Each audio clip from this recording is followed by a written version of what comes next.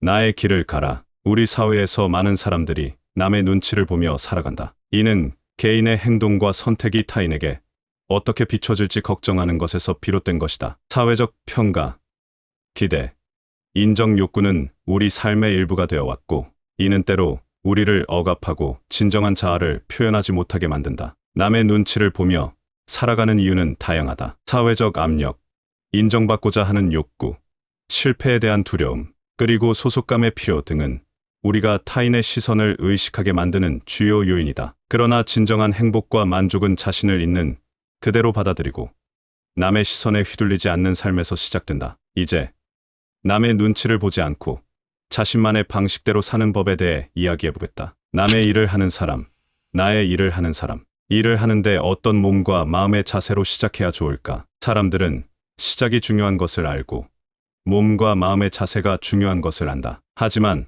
어떻게 해야 좋은지 모른다. 그냥 되는 대로 일을 시작하고 어떻게든 되겠지 하는 생각으로 일을 한다. 몇몇 사람들은 자신만의 방식이 있다. 특별한 의식을 치른다든지 어떤 장소에서 시작하거나 특정한 시간에 맞춰서 시작하기도 한다. 그런데 그것이 정말 좋은 방식인지 효과 있는 것인지는 확신하지 못한다. 장자의 외편, 전자방에 나오는 이야기이다. 송나라 원군이 그림을 그리려 하자 많은 화공이 모두 이뤘다. 명령을 받고 읍하고 서 있는 자, 붓을 빨고 먹을 가는 자, 밖에 있는 자도 반이나 되었다. 한 화공이 늦게 왔는데 서두르지도 않고 유유히 걸어와 명령을 받고 읍하고는 서 있지도 않고 숙사로 들어갔다. 원군이 사람을 시켜 그를 살펴보니 옷을 벗고 가지런히 다리를 뻗고 앉아 알몸으로 있었다. 원군이 말했다. 옳거니 이 자가 진짜 그림 그리는 사람이다. 송나라 원군이 초상을 그리려 하자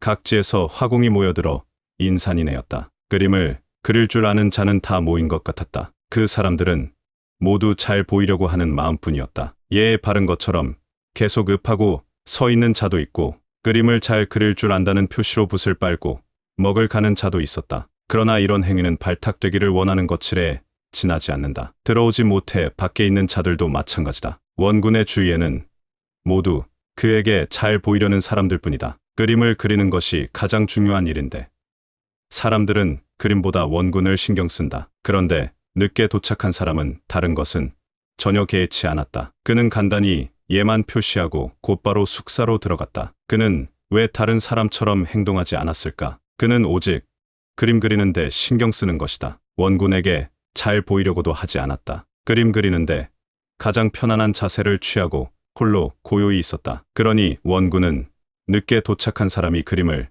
제일 잘 그릴 것이라고 생각할 수밖에 없다. 그가 비록 그림을 그려주는 일, 그러니까 묶이는 일을 하려고 온 사람이지만 그는 정신이 묶이지 않은 사람이다. 묶이지 않으면 바르고 평안하다고 했는데 이 사람이 바로 그런 사람이다. 정신이 묶이지 않으니 남에게 잘 보이려고 읍하고 서거나 붓을 빨고 먹을 갈지 않아도 되었다. 그는 그런 행동을 하지 않아도 마음이 바르고 편안했던 것이다. 그가 정신이 묶인 사람이라면 다른 사람들처럼 행동했을 것이다. 다른 사람들이 하는 행동을 자신도 하지 않으면 일이 뭔가 잘못되어 간다고 생각했을 것이다. 그러나 그는 간단히 예만 차리고 곧장 숙사로 들어가서 편안한 몸 상태를 만들기 위해 옷을 벗는다. 그리고 가지런히 다리를 뻗고 앉아 알몸이 되었다. 그림을 그리기 위한 자신만의 최적의 상태를 조성한 것이다. 그는 본질이 무엇인지 아는 사람이다. 화가는 그림을 그리는 사람이다. 노래를 못 불러도, 글을 잘 쓰지 못해도, 인간관계에 뛰어나지 않아도 그림을 잘 그리면 된다. 그러니 남에게 잘 보이려고 애쓰는 행동을 하기보다 그림을 잘 그리기 위한 행동을 한 것이다. 이 모습을 보고 송나라 원군은 이 사람이 진짜 그림을 잘 그리는 사람이라고 여긴다. 그 누가 송나라 원군이라도 당연히 그렇게 생각하지 않겠는가. 자기 주변에서 온갖 쓸데없는 행동을 하는 자들보다 그림을 그리기 위해 충실히 준비하는 사람에게 믿음이 가지 않겠는가. 나의 길을 가는 사람. 늦게 온 화공은 어떤 일을 시작하는데 아주 좋은 행동과 마음의 자세를 갖춘 것이다. 몸은 편안하게 하고 마음은 그림을 그리기 위한 준비를 한다. 이는 보통 사람들이 간과하는 것이다. 그가 이렇게 행동할 수 있는 이유는 무엇일까? 그가 자신의 길을 가고자 하는 사람이기 때문일 것이다. 나의 길을 가고자 하는 사람이 아니면 다른 사람들의 눈을 외면하기 어렵다. 그는 어느 정도 의식이 확장되고 시야가 확대된 사람이기 때문에 이처럼 행동할 수 있었을 것이다. 모든 일을 시작할 때 늦게 온 화공 같은 자세를 갖추어야 한다. 게으름을 피우거나 시간 약속에 늦으라는 이야기가 아니다. 자유로운 마음, 어디에도 걸리지 않는 마음, 본질에 집중하는 마음이 필요하다는 이야기다. 그의 그림은 어땠을까? 그림을 직접 볼 수 없지만 유추해 볼 수는 있을 것이다. 예술 작품의 진정한 가치는 어디에서 나오는가? 그 작품의 유일성, 독창성, 창조성에 있을 것이다. 그런 측면에서 늦게 온 화공의 그림은 그 요건들을 충족했을 것이 틀림없다. 자유로운 마음, 걸림이 없는 마음, 본질에 집중하는 마음으로 그린 그림은 누구의 그림과도 같지 않을 것이고 어떤 그림과도 비슷하지 않을 것이기 때문이다. 오직 그가 그릴 수 있는 작품이 되어 나올 것이다. 원군의 주위에서 서성이던 많은 사람들의 그림은 그의 그림과 확실히 다를 것이다. 그들의 그림은 자유롭지 못한 그림일 것이다. 내가 어떻게 그려야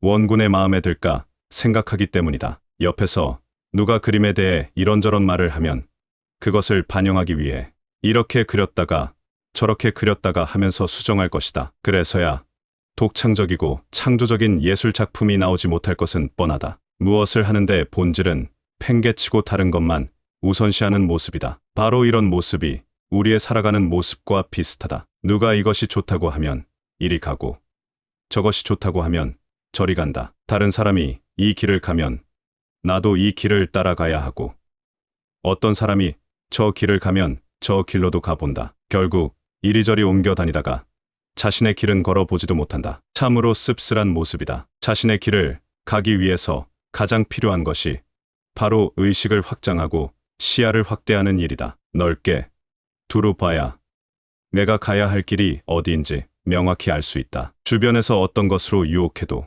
그것에 빠지지 않고 올바른 길로 갈 수 있다. 속세에서 자유롭게 살라. 현대를 살아가는 우리에게 가장 이상적인 모습이 어쩌면 늦게 온 화공의 모습이 아닐까 싶다. 비록 다른 사람의 그림을 그려주는, 즉 어떤 일에 묶일 수밖에 없는 환경에서 살아가는 처지지만 몸과 마음은 아무 데도 묶이지 않는 자세로 살아가는 자. 그가 바로 늦게 온 화공이다. 그는 송나라 원군의 초상을 그리는 일에 묶여 있지만 자신의 몸과 마음은 아무 것에도 묶이지 않는 자세를 보여준다. 우리도 그와 같아야 한다. 모든 일을 할 때 이처럼 행동해야 한다. 비록 어쩔 수 없는 환경에 묶여 있지만 나의 행동이나 영혼은 아무데도 묶이지 않는 사람이 되어야 한다. 자유로운 영혼, 의식이 확장된 영혼, 시야가 확대된 관찰. 이것이 우리가 묶일 수밖에 없는 환경에서 대처해 나갈 수 있는 최선의 길이 아닐까. 장자가 이 이야기에서 말하는 바가 바로 이것이라고 본다.